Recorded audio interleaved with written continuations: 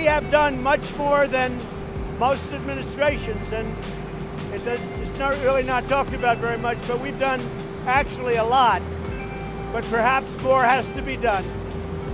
But this is also a mental illness problem. If you look at both of these cases, this is mental illness. These are really people that are very, very seriously mentally ill. So a lot of things are happening. A lot of things are happening right now. And I will see you tomorrow at 10 o'clock. On this episode of Just Informed Talk, we're going to take a look at the latest breaking news stories, tragedies striking across America as we have a set of mass shootings from California all the way through Texas up into Ohio. There is an incredible tragedy here that we're going to talk about, but we're going to talk about some of the facts surrounding this situation and a few other important news stories that have been happening as this breaking news story has been taking over. So we're going to take a look at that and a whole lot more. Hi, I'm Craig and welcome to another episode of Just Informed Talk. As always, I like to begin by saying thank you to everybody who's hit that subscribe button. If you haven't, come here, hit the big red subscribe button, make sure you hit the bell for notifications so you get notified when these videos get posted. Today, we're going to pick up right where we left off. Obviously, we left off at Q Post 3570, and there hasn't been anything new since then, but there has been some pretty tragic news, especially with regard to a onslaught of mass shootings. We're going to talk about those and the tragedy that is occurring and or has occurred, I should say. And also we're going to talk about really important breaking news stories that are happening that nobody's really talking about, obviously, because of the big stories that are happening across the nation. And we're going to look at the things that Q's told us in the past and some other things that have been brought up by the Anons with regard to these latest shootings. So with that in mind, before we get started, I always encourage everyone to come back here, watch these last few videos, get them shared. Make sure you hit the share button because look, we all know what's happening with the algorithms behind the scenes. They're trying to shut this content down. They're trying to do their best to make sure that we cannot have our voices heard. So the best thing I can ask you guys to do is to come here, hit the share button, and get the word out that way. And if you scratch your head going, what is QAnon the Great Awakening? Please come here, click this video, watch it, share that on your social media as well, and get the word out that way. So here's the first story. Tragedy in El Paso, Texas. So there was this individual who apparently is named Patrick Crucius, who went into a Walmart in El Paso, Texas, and started basically shooting people. And I mean, first of all, this is sick. It's disgusting. I can't even tell you how it makes me feel. I've actually taken the day to kind of let the facts fall. I mean, I was going to post a video earlier, but I've tried to be very tempered and just let the stories come out and try to see where all the facts are, because I didn't want to jump the gun on any of this. I want to be as fair and objective as I can, because this is a very, very important topic to cover correctly, if you understand what I mean. Now, this is a tragedy. First of all, if you guys don't know, there was a shooting in Gilroy, California, this basically on Friday, where it was a gunman who killed 3 and shot himself fatally at a garlic festival. Now, that happened, and today we have 2 more mass shootings, and both of which are happening here, one in El Paso and the other in Dayton, Ohio. So El Paso, Texas, and Dayton, Ohio. And this is the first one that we're looking at. So regardless of what side of the aisle you're on, left or right, or however you feel, first of all, thoughts, prayers, support, whatever we can do for those who've lost loved ones. There's no reason for anyone to lose anyone in such a senseless tragedy. And that's the first thing that I've been doing all day, and my family as well. And I know our church and everyone is praying right now for these people who've lost their lives and the families who have to suffer now because of this. But with that being said, the first stories that are coming out, don't even go on Twitter. If you're like a normal, non-insane person, don't even go on Twitter, because the kind of rhetoric that's being thrown around on that platform right now is disgusting. And there are people who are, saying that this shooter was a Trump supporter and it's a conservative, and they're calling it white national terror because there are two guys who've done this, and they're saying it's white nationalism. And I mean, and then I heard people calling the president white supremacist today on Twitter. It's disgusting. I mean, I tried to have a relaxing day. I really tried to unplug today because I wanted to let the facts fall where they may. And then also, I couldn't stand what was happening. To watch this kind of tragedy divide us even further is what's so disgusting, where you have this ultra, progressive extreme left who take a situation like this, and instead of saying like how can we figure out what the problem was here, politicizing it immediately, trying to say that we need to ban all guns, we need to ban all assault rifles, and then going even further and saying, oh well, people shouldn't even be able to have the right to free speech. And we're going to talk about that a little bit later with these news stories coming out now about them wanting to shut down 8chan because apparently a copy of one of these shooters' manifestos showed up on there. So what I don't like is how our society is this mob mentality where if something happens, it's like, yes, this is exactly what happens in communist China. If anybody studies communist China, they'll understand very quickly that if something happens that's really a big event, that the media blows up to be some larger than life event, or if it's like a real tragedy, such as what we're looking at here, the CCP, the Communist Party, steps in and does these drastic actions and just brings in hordes of police, and they raid shops, and they shut down businesses, and then they leave, and then everybody goes back to breaking the law as usual. In our country, this is the mob mentality that's developing, where one person or a few people who are obviously sick and deranged people commit acts and atrocious violent acts, and all of a sudden we're supposed to blame everyone that they've ever talked about or even referenced. But then the worst part is that they warp and twist it, and that's what this story is talking about here. So this is out of the Gateway Pundit. This was reported on today, talking about how the El Paso terrorist is a hardcore progressive and apparently a white nationalist who wants universal income and universal health care. Now, this is, if you read through this story, what it's basically saying is that if you read through the manifesto of this nut job, which I'm not going to show here on the channel because I'm not going to forward this, in my opinion, deranged psychopaths propaganda or hate anywhere. But I will say this. You'll read through it and you'll see that he is basically a big racist, but he's also in favor of like Nazi type policies, like socialist policies, things that, I don't know any freedom loving American who would be in support of, besides a lot of the extreme leftists. And so they're going to try to portray it all as, oh, this is Trump's fault. This is conservatives' fault. This is 8chan's fault. What they're really trying to say is that it's QAnon's fault, right? But the reality is that these people are individually responsible for their own actions. And you can't decide we're going to start shutting down free speech because they're crazy people.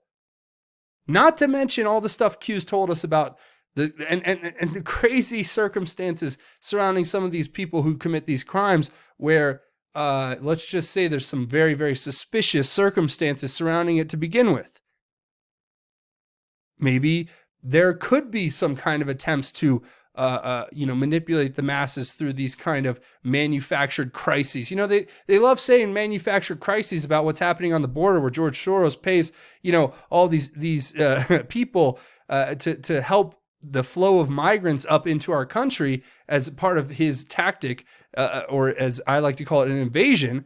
But you never see them say that when it comes to things that happen here domestically, such as this. So I think that's curious. Perhaps we should be asking those questions. That's my contention. And I believe that this is a conversation to be had. If they want to shut down this conversation, that just shows they're authoritarian fascists who don't want to have open dialogue and debate. They just want to shut your opinion down, shut your viewpoint down, and shut down your ability to question the mainstream narrative that every one of these people is a white nationalist terrorist, right? Even though their ideologies are just basically most of them are aligning directly with the extreme leftists in this country. So I don't even know what to say. Here was a post from Julian's Rum. This one of my favorite Twitter accounts as far as just threads that come out that can put some things together. Here we're learning though that the father, I guess, of one of the shooters, the one in El Paso here, was a therapist. This is something Q has talked about in the past. Apparently, this psych hospital, which was called Timberlawn, was shut down by the government last year, where his father was apparently working, and apparently they shut it down because it was too dangerous for the patients. Yeah. And you can read through this thread if you want. I'll leave a link to it. But yeah, we're definitely going to be pulling on some strings that people aren't going to be comfortable with covering. Because the fact is, when you dig deeper on this, there's always something to be looked at further. That doesn't mean there's anything more than just a suspicious connection. But if you start shutting down the ability to ask questions, we're going to turn into a very dark, fascistic, authoritarian dystopia quickly. You can mark my words on that. And it's not going to just affect the people who are on the right. It's going to come full circle right back to everybody on every side of the political spectrum. Trust me, mark my words. That's what we are heading toward if you try to shut down free speech. So now there's a shooter in Dayton. This is the other one. Apparently, this guy was just an extreme leftist. He went and killed, I think, 8 people, including his sister. Again, thoughts and prayers. Please, God, help these people, their families, the people who are suffering, the people who are just devastated by these sick and terrible actions. Please, God, and nobody ever, please, ever consider this as a viable alternative. This is the most disgusting, abhorrent thing that can happen. So let's just really try to focus on figuring out what happened and what went wrong. So with that being said, this is the post. There's this guy, this Wilhelm guy, the guy who rushed the ICE facility in, I don't know, I think it was in Washington, with a Molotov cocktail and and I think it was an AR of some sort of rifle, long rifle. But he was being praised by the person who was the shooter in Dayton on his Twitter, who also just so happened to be, by no coincidence, I'm sure, a Satanist of some sorts, having been photographed wearing anti-religious patches that stated he was against all gods. So I just want to talk about that for a second with regard to all this, because we see what's happening here. Obviously, this person was a big fan of Antifa, was a big leftist. He was a Satanist, allegedly, according to what we were able to put together from these tweets and these posts that have been discovered through the latest reporting. But is that not what we've been talking about here on this channel? These people, they support the satanic agenda, and then they're surprised when their little minions who they've wound up go out and do these crimes. Now, what do I mean by that? I'll give you a great example. For any parents out there, if you ever heard of a little network, it's called Cartoon Network, right? Now, Cartoon Network, and some of you adults out there probably know this, there's a segment on that channel late at night called Adult Swim. Now, I'm only using this as an example to show you how our culture is very much responsible. People want to say, oh, it's the video games. It's not just the video games. It's not. It's the TV. It's the movies. It's the satanic agenda that is intermixed with all of our culture. Now, you go and you watch this channel like Adult Swim, and they have TV shows on there that are the most disturbing things you could ever imagine. And I don't know if you were like I was when you were younger as a kid, but you'd always, as a kid, there'd be Fridays or Saturdays where, nobody's paying attention, or you're able to stay up late, and you stay up late and watch these things. And you watch these TV shows, and, it's always like this secret thing, or sometimes parents just don't care, whatever the situation is, right? A lot of kids watch these TV shows, and some of them have a very, very pronounced satanic agenda. There's one show that's about a boy and a dog, and the dog is, I think, possessed by the devil, and it tells him to do very awful things.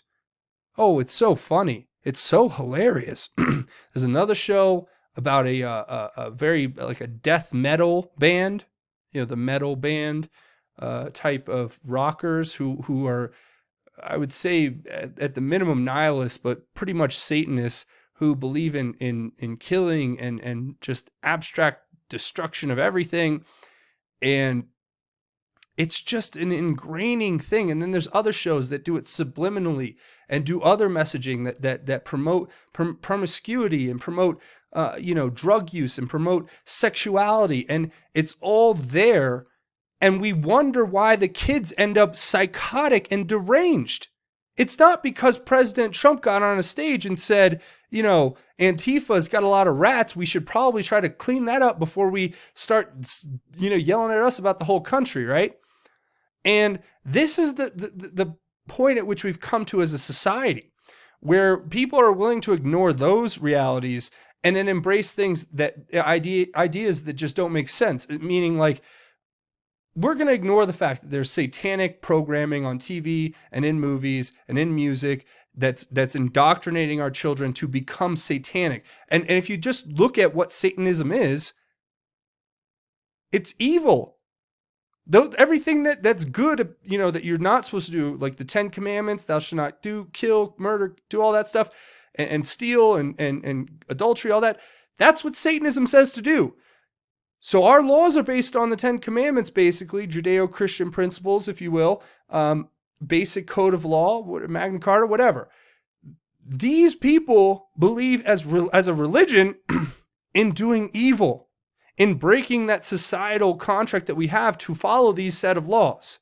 So they've basically come and integrated into our culture and media and music and movies.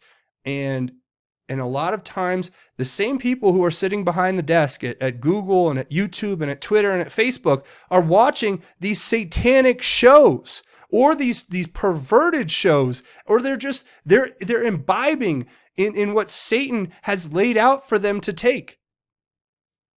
And you wonder why we have these kind of things that happen. It's disgusting. Again, the Dayton mass shooter was a registered Democrat, according to this report from Big League Politics. So there's that. Now we're going to talk about 8chan. So the founder of 8chan, the original founder of 8chan, pictured right here, is saying now that they should shut the site down, which I don't agree with, and I think this is a very short-sighted thing to say, and I think it's really an affront to free speech, because obviously the people who have committed these atrocities have hijacked the platform to espouse it. It would be the same. It's like saying, should we shut down Facebook because the guy in Christchurch did what he did? I don't get it, because all the big tech people were like, oh, well, we can't shut down Facebook just because some guy did it. And now they're saying, oh, we need to shut down 8chan because some guys are posting manifests there.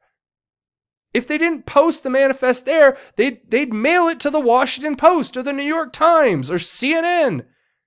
Like, come on, people. This is the mass shootings. They just make people's brains melt, I think, when it comes to anything as far as logic goes. 3 mass shootings this year began as a hateful screed on 8chan. Its founder calls us terrorist refuge in plain sight. Again, more garbage, in my opinion. It's for the simple fact that you shut down 8chan, he's going to post they're going to post it to 4chan. Shut down 4chan, they're going to go post it on Google. They're going to Gmail it to CNN. It's like, you are not fixing any problem. You're just shutting down free speech. But this is all, I believe, a part of the media seizing an opportunity, not letting a tragedy go to waste, to attack 8chan further, to try to destroy it, to make sure that Q and others cannot post. I mean, I hate to be so blunt. That seems to be what's happening. The mainstream media is seizing upon a tragedy to attack 8chan to get it shut down. You guys do with that as you may.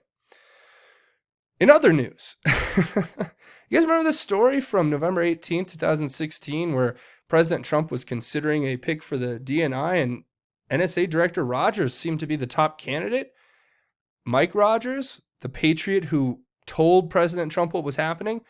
Well, I've heard from a little birdie, and you don't have to believe me, but it is possible that President Trump may be selecting Admiral Rogers for his DNI position. So we'll have to wait and see how that pans out. Just thought I'd share that with you. Now, a great story that's breaking here. You guys remember the story I told you about the Justice Democrat top heads of AOC's cabinet who were resigning? Well, guess what? It turns out they're resigning because they're under a federal investigation. Great.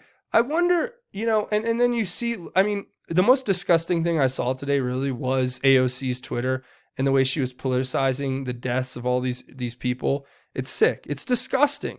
I mean, can't we have at least a day or two to mourn the loss, to help grieve with the families, to help them build back what they've lost, or some semblance of what they lost? I mean, the fact is, we know how politicians work, and they'll seize on any tragedy, especially if it's convenient for them to shift the story away from them.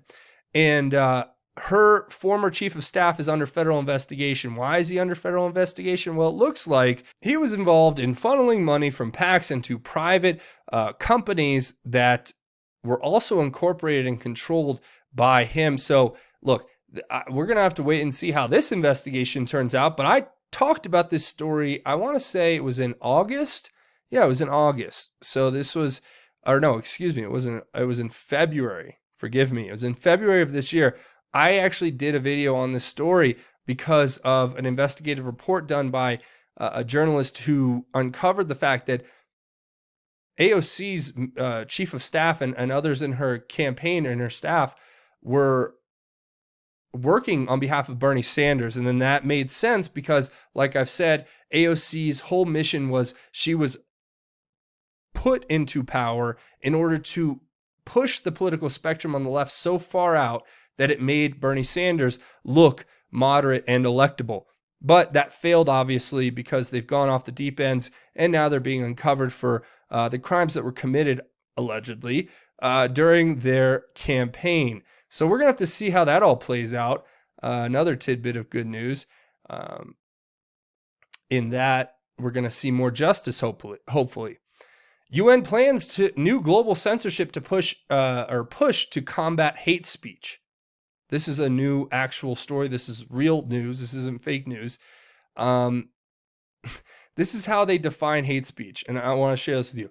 Any kind of communication in speech, writing, or behavior that attacks or uses pejorative or discriminatory language with reference to a person or a group on the basis of who they are, in other words, based on their religion, ethnicity, nationality, race, color, descent, gender, or other identity factor. Well, I love how they leave that wide open on the end for the other identity factor, because what if they identify as a corrupt politician and I call them that? I mean, this is Orwellian. This is what the globalists would have our whole world be like. Basically, it would be communist China, where hate speech would be a crime, and you talking anything negative about people the government says you can't talk negatively about would result in you being in jail. So that's the dystopian, Orwellian, just hellscape that we have in front of us. So I don't know. That's pretty much where I'm going to go ahead and leave it. Thanks for watching. A few more things before we go. Obviously, come here, share these videos, get them out on your own social media. Watch this video, share this on your social media, and hit the subscribe button if you haven't already. Make sure you hit the bell for notifications, and also leave your thoughts, theories, and insights below. I want to hear what you guys have to think about everything that we talk about here today on the channel. So also, if you want to do something cool, you can go download the Brave browser. For those of you who don't know what Brave is, it is simple. It is basically the same thing as Internet Explorer or Google Chrome or Mozilla Firefox, whatever you're running on your computer as an internet browsing tool. This is that, but it's even better. It blocks ads, and you can support the channel. Every time you visit my YouTube page, you can support the channel, as well as you can get much more privacy and a better browser. So I encourage you all to go download the Brave browser. There'll be a link in the description. Just download the Brave browser, you install it and start running it, and let me know what you think. I've been running it now for a while and I actually really like it. So you guys should definitely go check it out. Another way you can help out the channel is to go and check out my Twitter page at JUSTINFORMED. That's a great way to connect with the channel. We can have a great conversation outside of what's going on here on YouTube. So I would encourage you all to come over here and give me a follow. I would like to see you guys over there. That would be very cool. Also, I have my own website here, JUSTINFORMEDNews.com, the official website for Just Informed Talk. Links to the Q stuff, links to different news websites, links to breaking news here, of course, and the latest videos from the channel, JUSTINFORMEDNews.com. A couple of those you can help out are both financial. Come over here to Patreon, Patreon.com. It's a crowdfunding website. You guys help support this channel. Like I've said, I'm starting to do my best to try to work and get the advertising dollars coming in, because YouTube has cut me down to nothing as far as any type of revenue from them. So I'm working on it, but your support is what keeps this channel alive in the meantime. And basically, just come here, click this button to become a patron. It's a monthly donation. You set it and forget it. Know you're helping create content on this. Also, you can come over here and check me out at GoFundMe if you want. You can make a one-time or anonymous donation here. I have both pages set up, and links to both will be in the description of this video, so you should go check that out. Now, before we go, we do a segment at the end of each one of these videos called God's Grace is Greater, where we talk about God's grace and how it is truly greater. For today, I want to share this incredible verse. It's out of the Gospel of Mark, chapter 4, and I'm going to read a bunch of different verses, so I'm just going to share this with you. It's the parable of the sower, and these are the words of our Lord and Savior Jesus Christ. It says, "Listen, consider the sower who went out to sow. As he sowed, this occurred. Some seed fell along the path, and the birds came and ate it up. Other seeds fell on rocky ground where it didn't have much soil, and it sprang up right away, since it didn't have a deep soil. When the sun came up, it was scorched, and since it didn't have a root, it withered. Other seed fell among the thorns, and the thorns came up and choked it, and it didn't produce a crop. Still, others fell on good ground and produced a crop that increased 30, 60, and 100 times what was sown." And what does that mean? Well, Jesus tells us what that means here just shortly after, saying, "Do you not understand this parable? How then will you understand any of the parables? The sower sows the word. These are the ones along the path where the word is sown. When they hear, immediately Satan comes and takes away the word sown in them. And these are the ones sown on rocky ground. When they hear the word, immediately they receive it with joy. But they have no root in themselves. They are short-lived. When affliction or persecution comes because of the word, they immediately stumble. Others are sown among the thorns. These are the ones who hear the word, but the worries of this age, the seduction of wealth, and the desires for other things enter in and choke the word, and it becomes unfruitful. But the ones sown on good ground are those who hear the word, welcome it, and produce a crop, 30, 60, and 100 times what was sown." Remember, Jesus explains it perfectly there. When we go out and sow the word, we have to understand there's forces at work, and wherever we're hearing this word, we have to understand that there's forces at work. There's evil that's all around us. There's Satan trying to shut us down. There's the adversities that come with being in this world, and the persecution that we face as Christians. These things are what are keeping us down. They're what are keeping us from growing and multiplying the great gift that we are given, the gift that is the word of Christ that is delivered to us. And I just want to be the person who helps sow that word. And I pray that you understand that if you embrace it and you treat it as a seed that needs to be put in fertile ground, and you make that fertile ground your soul, and you open your heart up to God, that there are so many great blessings ahead of you, and your life can change dramatically. You can experience the blessings that God has in store for you and things that you could never imagine. And that's what I want you to remember, and that's the message I want you to share with others. Take this word and share it like a seed, and throw that seed out, even though we know the devil's going to attack us, and we know we're going to get persecuted. We persevere and we spread that word, that good word of our Lord, to everyone we can, in the hopes that they'll understand that they are loved, they are saved. Jesus died on the cross for their sins, and that they have eternal life in heaven. So that's my prayer, that's my plea, that's my call to action for you guys. And I want to thank you guys for coming here and watching this episode. Again, come here, click the big red subscribe button if you haven't already. Make sure you hit the bell for notifications, and hit it, bop it, tap it, headbutt it, whatever. Hit the like button if you guys like this content. But that's going to be it for me. Thanks for watching Just Informed Talk. My name is Craig. Godspeed and God bless each and every one of you, Patriots.